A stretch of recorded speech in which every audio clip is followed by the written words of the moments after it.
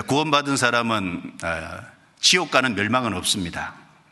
하나님의 아들이 됐기 때문에, 하나님이 사랑하시기 때문에, 잘 되기를 원하시기 때문에 책망하고 징계하시는 건 있다, 그 말이에요. 부모는 자식이 잘 되기를 바라고 어릴 적에요, 잘못 갈 때는요 매도되잖아요. 그리고 심하게 나무라기도 하지 않습니까? 왜? 미워서 그런 게 아니라 사랑하고 잘 되기를 바라기 때문에 그렇게 하는 거지 않습니까? 그래서 요한계시록 3장 19절을 한번 보겠습니다. 자, 같이 읽어볼까요? 물은 내가 사랑하는 자를 책망하여 징계하노니 그러므로 내가 열심을 내라, 회개하라. 이 라오디게아 교회에 주신 말씀인데, 내가 사랑하는 자, 주님이 사랑하는 자가 누구겠어요? 특별히 구원받은 사람입니다. 하나님은 모든 사람이 하나님의 피조물이고 하나님의 형상을 가졌기 때문에 하나님이 모든 사람을 사랑하세요. 그러나 구원받지 않은 불신자를 사랑하는 것은 불쌍해서 사랑하는 거죠. 그런데 하나님의 자녀를 사랑하는 것은 자녀이기 때문에 사랑하는 특별한 사랑이에요. 그 사랑은 다릅니다. 어떤 한 사람이 길을 가다가요, 추운 겨울에 거지가 앉아서 적선하는 걸 보고 남노란 옷을 입고, 그리고 발은 부르트고, 그리고 파란 적은 없고, 그런 그 거지를 봤을 때 참 주고 싶은 동정심이 생겨서 지갑을 꺼내서 10,000원을 주든 뭐 몇천 원을 주든 주는 것은요, 불쌍히 여기는 겁니다. 그런데 그 사람이 집에서 자기가 낳고 기르는 자녀에게 사랑을 베푸는 건 완전히 다른 거잖아요. 하나님이 지옥 갈 사람을 사랑하는 거하고 구원받은 하나님의 자녀를 사랑하는 거하고는 그 사랑의 종류가 다릅니다. 특별히 여기 주님이 사랑하는 자는 구원받은 사람이에요. 사랑하는 자를 책망하여 징계하노니, 주님은 사랑하는 사람을 책망하시고 징계하십니다. 왜요? 사랑하기 때문에. 우리는요, 연약한 육체 재성이 있어요. 그리고 재성을 갖고 살기 때문에 우리는 삶 속에 이런저런 하나님 보시기에 합당치 못한 것이 사실 많이 있습니다. 그리고 그것이 삶 속에 많이 나와요. 그러니까 당연히 하나님의 말씀으로, 당연히 형제 자매들 속에서 우리는 책망받고 징계받는 것이 당연하다는 거예요. 여러분, 칭찬만 들으려고 하지 마세요. 하나님이 칭찬으로도 실현합니다. 그 사람을 교만한지 어떤지 하나님이 저울질 해보시기도 하세요. 칭찬만 들으려고 하면 안 됩니다. 우리는 하나님의 말씀으로 책망받는 것도 즐거워해야 돼요. 교회 안에서 형제 자매들이 정말 충성된 마음으로 나를 권고하고 책망해 주는 것도 기쁘게 받을 수 있는 마음이 돼야 됩니다. 그래야 의로 교육이 돼요. 그래야 내 삶에 잘못된 것이 교정이 돼요. 칭찬만 듣기를 원하는 사람은 삶이 교정되지 않습니다. 책망과 바르게 함과 연결되어 있어요.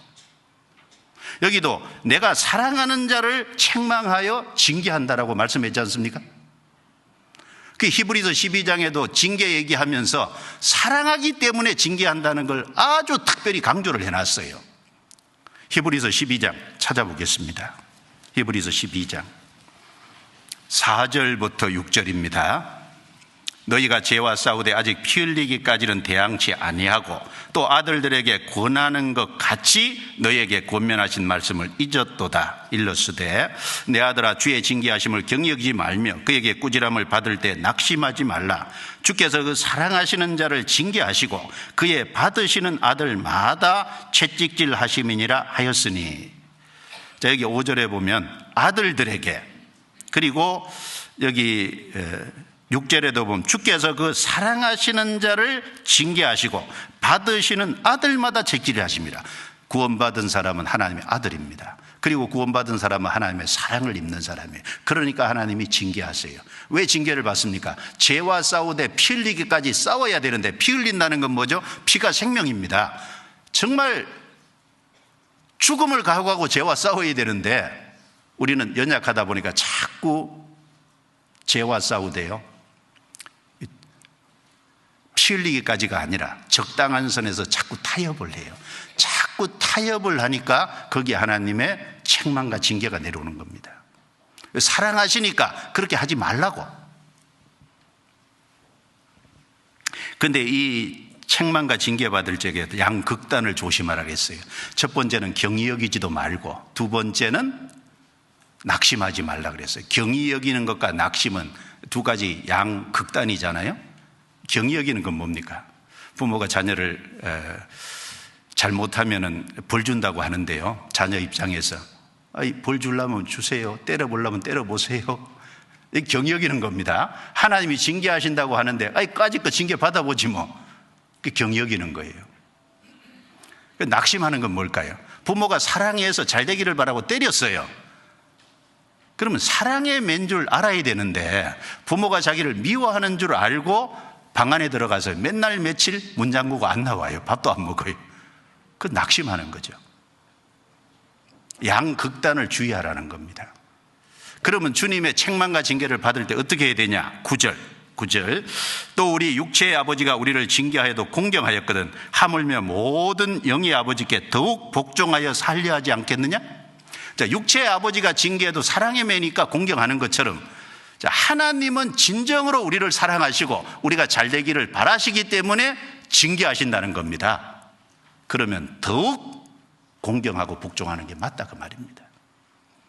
그렇게 할 때 결과가 11절부터 13절이 주어지죠. 같이 읽겠습니다.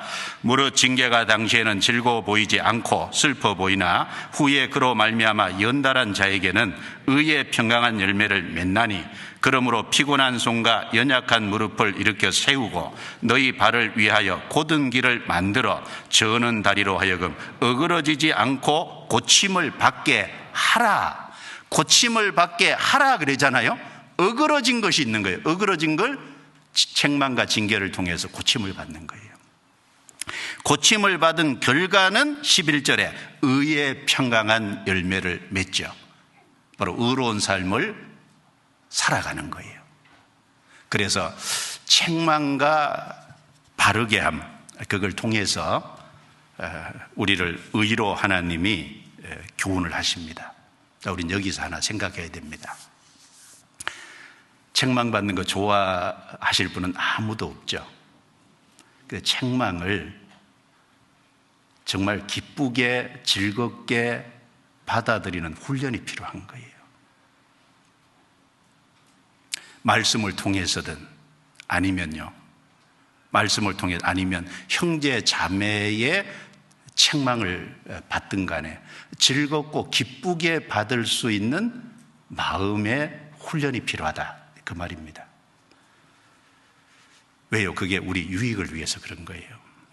여러분, 책망을 받지 않는 사람은요 거만한 사람입니다. 잠언 9장 7절부터 9절까지 제가 읽습니다. 거만한 자를 징계하는 자는 도리어 능욕을 받고 악인을 책망하는 자는 도리어 흠을 잡히느니라. 거만한 자를 책망하지 말라. 그가 너를 미워할까 두려우니라. 지혜 있는 자를 책망하라. 그가 너를 사랑하리라. 지혜 있는 자에게 교훈을 더하라. 그가 더욱 지혜로워질 것이요 의로운 사람을 가르치라. 그의 학식이 더하리라. 자, 책망을 했는데 책망한 사람을 미워하는 것은 책망을 받지 않는 거고 그가 거만하다는 증거예요. 물론 그렇다고 형제 자매들이 형제 자매님들을 너무 쉽게 책망을 하고 너무 쉽게 건면하는 것은 좀 조심해야 됩니다. 정말 기도하는 가운데 그 형제 자매의 유익을 위해서 좀 조심스럽게 어렵게 정중하게 부탁을 해야죠. 이제 그럼에도 불구하고 그것을 받지 않는다면, 그리고 그 책망하는 그리고 권고하는 그것을 그 사람을 미워한다면 그는 거만한 자다라는 말입니다. 잠언 27장에 친구의 통책은 충성에서 말미암은 것이요 원수의 자주 입맞춤은 거짓으로 말미암은 것이니라 라고 말씀하셨어요. 자, 친구의 충성된 권고, 친구의 정말 통책, 정말 그 친구가 잘 되기를 바라고 마음에 큰 어떤 그 친구가 잘못감으로 인해서 마음에 고통을 느끼는 심정으로 정말 충성된 권고를 했을 때 받아야 됩니다. 그리고 그 받는 사람은 자주 책망을 받으면서도 목이 곧은 사람은 갑자기 패망을 당하고 일어서지 못하리라고 잠언 29장 1절에 말씀했죠. 자주 책망을 받는데 말씀을 통해서 또 형제 자매의 교제 속에서 형제 자매의 권고를 받는데 그걸 무시하고 계속 고집부리고 그 길을 가면요, 각오해야 됩니다. 갑자기 패망을 당하고 일어서지 못하리라. 문제가 몇 번까지는 괜찮을 수 있지만요, 큰 문제가 발생할 수 있어요. 여러분, 하나님이 그 형제 자매를 통해서 나를 책망하신 것이면 어쩌실랍니까? 그래도 안 받으실래요? 다윗은요, 범죄했지만 다윗은 정말 훌륭한 사람입니다. 다윗은 말도 안 되는 죄를 지었어요. 우리아의 아내를 취했죠. 우리아를 전쟁터 내보내서 그 죄를 감추기 위해서, 그리고 자기 그 우리아의 손에요, 전쟁터 맨 앞에 내보내서 그래서 죽는데 내버려 두라는, 그걸 우리아는 모르고 다윗의 준 걸 충성스럽게 그걸 갖다가 자기 장군에게 줬어요. 결국은 살인 교사죄를 지은 거지 않습니까? 그런데 나단 선지자를 하나님이 세워서 다윗을 책망했을 때요, 다윗은 탁 꼬꾸라졌잖아요. 다윗은 정말 그런 의미에서 자기 잘못을 인정할 줄 아는 정말 훌륭한 사람이라는 겁니다. 책망과 징계를 받을 수 있는 훌륭한 사람. 그러니까 하나님이 끝까지 썼잖아요.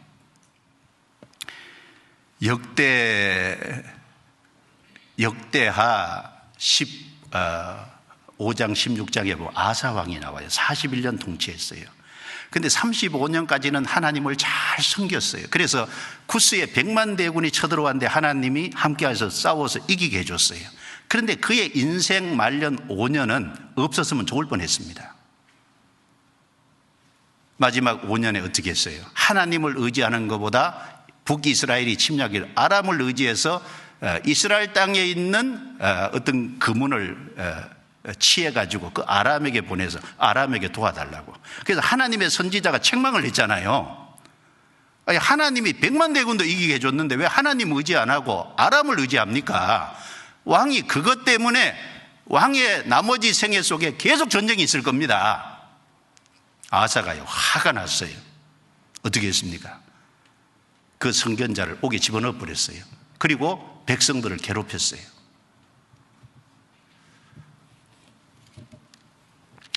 왕임에도 불구하고 꼬꾸라지는 사람도 있고, 왕이라는 그 지위를 이용해서 선지자가 담대하게 책망할 때 그 선지자를 핍박하는 사람도 있습니다.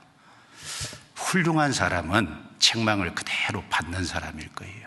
하나님은 책망으로 교정해서 의로 교육합니다. 의로운 삶을 살도록 도우십니다. 우린 그 사실을요, 잊으면 안 될 거예요. 그래서 이 다윗과 밧세바 사이에서 난 첫 번째 아들 하나 죽여버렸잖아요. 그리고 그 밧세바 사이에서 두 번째 아들이 태어났는데 그가 솔로몬입니다. 그 솔로몬이라는 이름은 다윗 부모가 지었어요. 그런데 하나님이 선지자를 보내서요, 다윗에게요, 그 솔로몬이라는 이름을 사무엘하 12장에 보면요, 여디디아라고 이름을 다시 바꿔 지어줬어요. 여디디아라는 이름은요, 하나님의 사랑을 입은 자라는 뜻이에요. 사실은 그 여디디아, 솔로몬의 다른 이름은요, 솔로몬을 위해서 지은 게 아니라 제가 느낄 때 다윗을 위해서 지어준 것 같아요. 그렇지 않습니까? 네가 비록 죄를 범했지만 내가 너를 계속 사랑한다는 걸 하나님은 다윗이 꼬꾸라졌기 때문에 다윗을 사랑하시고 끝까지 사용하셨잖아요. 참 그런 면에서 다윗은 훌륭한 사람이라는 겁니다. 자, 그래서 성경 말씀으로 교훈하고 성경 말씀으로 책망해서 바로잡음으로 의로 교육해요. 그게 하나님이 하나님의 사람으로 인격을 갖추어 가는데 한 방법이라는 거예요. 그래서 우리는 말씀을 계속 배우는 동시에 어떻게 해야 됩니까? 책망도 잘 받아야 될 거예요.